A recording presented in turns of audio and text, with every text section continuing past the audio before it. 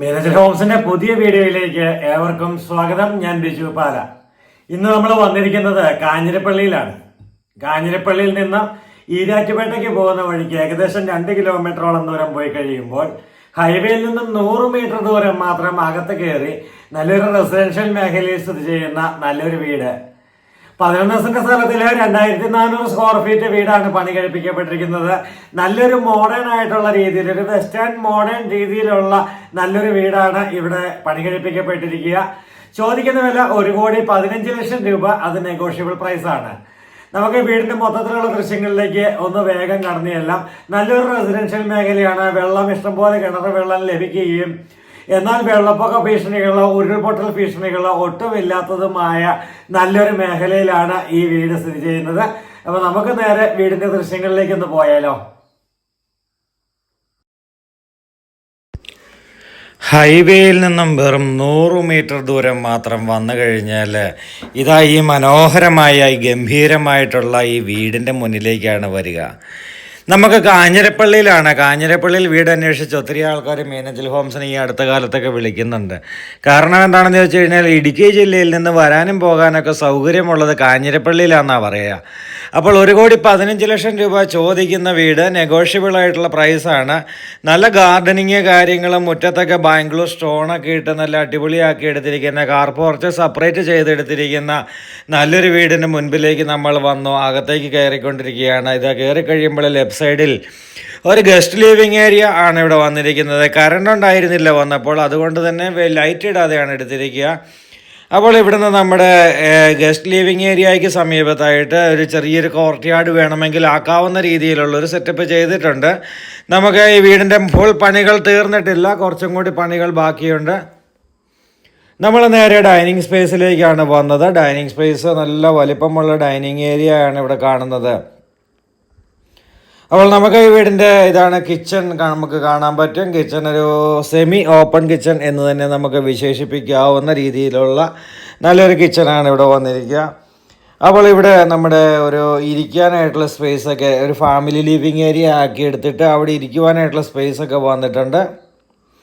നമുക്ക് നേരെ കിച്ചണിലേക്ക് പോകാം. കിച്ചണിലേക്ക് കയറുമ്പോൾ തന്നെ നമുക്ക് നല്ലൊരു കബോർഡ് വർക്കുകൾ ചെയ്തിരിക്കുന്നത് കാണാം. അതുപോലെ തന്നെ കിച്ചൺ വളരെ മോഡേൺ ആയിട്ട് എന്നാൽ വളരെ സിമ്പിളായിട്ട് ചെയ്തിരിക്കുന്ന ഫ്രിഡ്ജ് വയ്ക്കുവാനായിട്ടുള്ള പോയിൻ്റ്, അതുപോലെ തന്നെ കബോർഡുകളുടെ പോയിൻറ്റുകൾ, അതുപോലെ തന്നെ സെൻട്രലായിട്ട് ഒരു ബ്രേക്ക്ഫാസ്റ്റ് ടേബിൾ എന്നല്ല, ഇതും കുക്ക് ചെയ്യാനായിട്ട് വിദേശ രാജ്യങ്ങളിലേക്ക് ഒരു മോഡലുകളാക്കി എടുത്തിരിക്കുന്ന നല്ലൊരു രീതിയിലുള്ള സംഭവമാണിത്.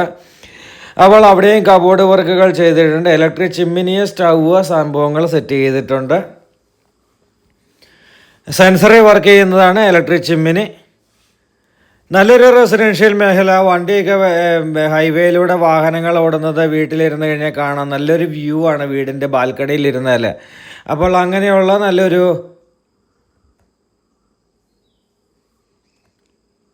നല്ലൊരു രീതിയിലുള്ളൊരു വീടാണിത്. അതുകൊണ്ട് ബാൽക്കണി, നമുക്ക് വീടിനകത്തെ ബാൽക്കണി സെറ്റപ്പും വളരെ മനോഹരമാണ്. നമുക്ക് നേരെ ഇവിടെ ആദ്യത്തെ ബെഡ്റൂമിൻ്റെ ദൃശ്യങ്ങളിലേക്ക് ഒന്ന് കടന്നു ചെല്ലാം. ഇവിടെ നമ്മൾ നേരത്തെ കണ്ട ഇരിക്കുവാനായിട്ടുള്ള ചെയർ കാര്യങ്ങൾ. ബെഡ്റൂം ഇതാണ്. നല്ല വലിപ്പമുള്ള ബെഡ്റൂമുകളാണുള്ളത്. അവിടെ സ്പോട്ട് ലൈറ്റുകളൊക്കെ കൊടുത്ത് ഒന്നും കൂടി മനോഹരമാക്കിയിട്ടുണ്ട്. കറണ്ട് ഉണ്ടായിരുന്നെങ്കിൽ നമുക്ക് ഈ ലൈറ്റൊക്കെ ഒന്ന് തെളിച്ച് കാണാമായിരുന്നു. അവിടെ ചെറിയ കബോർഡ് വർക്കുകൾ, വാൾഡ്രോബ്സ്, ഇവിടെ നല്ല കബോർഡ് വർക്കുകൾ ഒക്കെ ചെയ്തിട്ടുണ്ട്. നല്ല കബോർഡ് മൾട്ടിവുഡ് ഉപയോഗിച്ച് ചെയ്തിരിക്കുന്ന നല്ല കബോർഡ് വർക്കുകളാണ് ഇവിടെ വന്നിരിക്കുക. ഇനിയും നമ്മൾ നമ്മുടെ കബോർഡിൻ്റെ അകത്തെ ഡോറുകൾ തുറന്ന് നമ്മളൊന്ന് നോക്കുക. കാരണം അവിടെ തുണിയൊക്കെ ഹാങ് ചെയ്യാനായിട്ടുള്ള സ്പേസൊക്കെ നല്ല രീതിയിൽ ചെയ്തിട്ടുണ്ട്. അപ്പോൾ ഇവിടുന്ന് ഇതാണ് നമ്മുടെ അറ്റാച്ച്ഡ് ടോയ്ലറ്റ് വരുന്നത്. ടോയ്ലറ്റ് എല്ലാം ഇൻബിൽട്ട് ആയിട്ടുള്ള ക്ലോസറ്റുകൾ, അതുപോലെ തന്നെ ടോയ്ലറ്റിനകത്ത് തന്നെ വാഷ് ഏരിയ, കബോർഡുകൾ എല്ലാം ചെയ്തിട്ടുണ്ട്.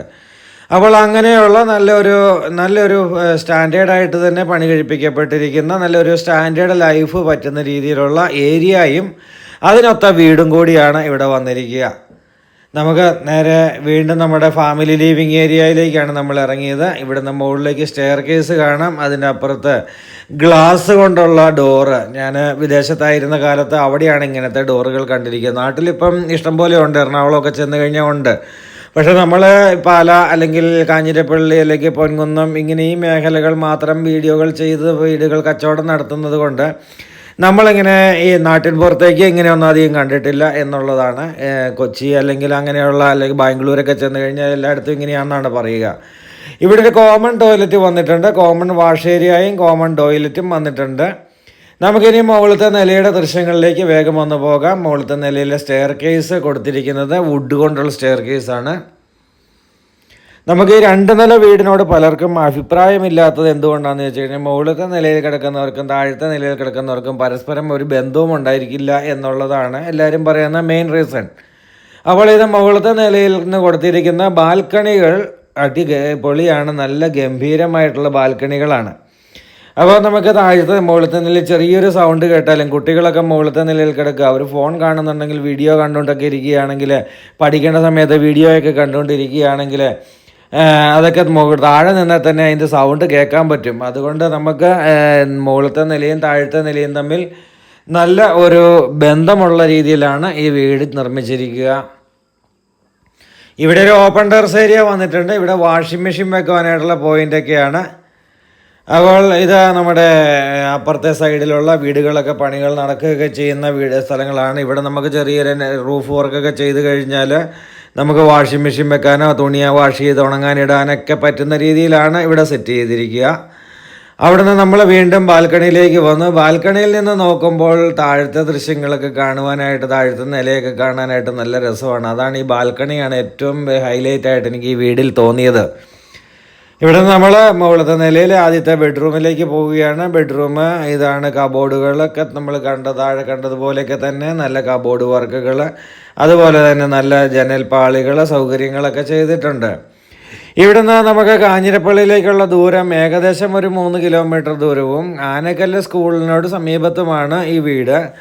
ആനക്കല്ല് സ്കൂളിലേക്ക് കുട്ടികളെ വിടേണ്ടവർക്ക് അല്ലെങ്കിൽ സ്കൂളൊക്കെ ആയിട്ട് ബന്ധപ്പെട്ട് നിൽക്കുന്ന ആൾക്കാർക്കൊക്കെ, ജോലിക്ക് പോകുന്നവരൊക്കെ ആണെങ്കിലും അവർക്കൊക്കെ പറ്റിയൊരു ലൊക്കേഷൻ തന്നെയാണ്. വാഹനമെടുത്ത് പോയി കഴിഞ്ഞാൽ 2-3 മിനിറ്റും കൊണ്ട് സ്കൂളിലെത്താൻ പറ്റുന്ന രീതിയിലുള്ള ഒരു പ്രൈം ലൊക്കേഷൻ തന്നെയാണ് ഈ വീട് സ്ഥിതി ചെയ്യുക. ഇവിടുന്ന് നേരെ നമ്മൾ പോയി കഴിഞ്ഞാൽ നമുക്ക് കാഞ്ഞിരപ്പള്ളി അല്ലെങ്കിൽ ഈരാറ്റുപേട്ട അല്ലെങ്കിൽ പൈക അല്ലെങ്കിൽ മുണ്ടക്കയം ഏത് മേഖലകളിലേക്ക് പോകുവാനും, പൊൻകുന്നം വഴി KK റോഡ് വഴി നമുക്ക് കോട്ടയം പോകാനൊക്കെ ആയിട്ട് ഏത് റോഡിലൂടെ പോകുവാനും അടിപൊളിയായിട്ട് പോയിട്ട് വരാൻ പറ്റുന്ന രീതിയിലുള്ള നല്ല ഒരു ലൊക്കേഷനാണ് ഈ ലൊക്കേഷൻ എന്ന് പറയുന്നത്. വെള്ളപ്പൊക്ക ഭീഷണികൾ ഈ നാട്ടിൽ കേട്ടിട്ടില്ല എന്നുള്ളതും അതുപോലെ തന്നെ ഉരുൾപൊട്ടൽ ഭീഷണികളൊന്നുമില്ല എന്നുള്ളതുമൊക്കെയാണ് ഈ നാടിൻ്റെ ഒരു പ്രത്യേകത. നമ്മൾ ഇവിടുന്ന് ഒരു ഫാമിലി ലിവിങ് ഏരിയ ആയിട്ട് ഇവിടെ സെറ്റ് ചെയ്തിരിക്കുന്നത് കാണാം. ഈ ഫാമിലി ലിവിങ് ഏരിയയിലാണ് TV, നമുക്ക് വേണമെങ്കിൽ ഒരു ഹോം തിയേറ്ററൊക്കെ സെറ്റ് ചെയ്യണമെന്നുണ്ടെങ്കിൽ ഹോം തിയേറ്ററൊക്കെ സെറ്റ് ചെയ്യാൻ പറ്റുന്ന രീതിയിലുള്ള ഒരു ഏരിയയാണ് ഇവിടം. അവിടുന്ന് നമ്മുടെ ഇതിലൂടെ ഒരു ഡോറ് തുറന്ന് കയറി കഴിയുമ്പോൾ ഇവിടെ ഒരു ടോയ്ലറ്റ് വന്നിട്ടുണ്ട്. ഇപ്പുറത്തെ ഒരു ഡോറ് കാണാം. ആ ഡോറ് അപ്പുറത്ത് കാണുന്ന ബെഡ്റൂമിൽ നിന്നും ഇങ്ങോട്ട് വരുവാനായിട്ടുള്ളതുമാണ്. ബെഡ്റൂമിൽ ആൾ താമസിക്കുന്നുണ്ടെങ്കിൽ നമുക്ക് ഇപ്പുറത്തെ ഡോർ ക്ലോസ് ചെയ്താൽ മതി. അങ്ങനെയാണ് ഈ വീട് സെറ്റ് ചെയ്തിരിക്കുക. ഹൈവേയിലോട്ടുള്ള ദൂരം ഞാൻ പറഞ്ഞു, ഒരു 100 മീറ്റർ ദൂരം മാത്രമാണ് ഹൈവേ. അത് ഹൈവേയിലെ എല്ലാവിധ സൂപ്പർ മാർക്കറ്റുകൾ, ബേക്കറികളെല്ലാം ഈ തൊട്ടടുത്ത് തന്നെ കിട്ടാവുന്ന രീതിയിൽ തന്നെയാണ് ഹൈവേ സെറ്റ് ചെയ്തിരിക്കുക. അപ്പോൾ നമുക്ക് ഗംഭീരമായ വീട്, ചോദിച്ച വില പറഞ്ഞു 1,15,00,000 രൂപ. ഇത് സുന്ദരമായൊരു ബാൽക്കണിയാണ്. ഞാൻ ഇത്രയും കാര്യങ്ങൾ പറഞ്ഞത് എന്തുകൊണ്ട് എന്ന് നമുക്ക് നോക്കാം. ഇതാണ് നമ്മുടെ ബാൽക്കണി. ഇത് ആ കാണുന്നത് ഹൈവേയിലിരിക്കുന്ന ബിൽഡിംഗ് ആണ് ആ കാണുന്നത്.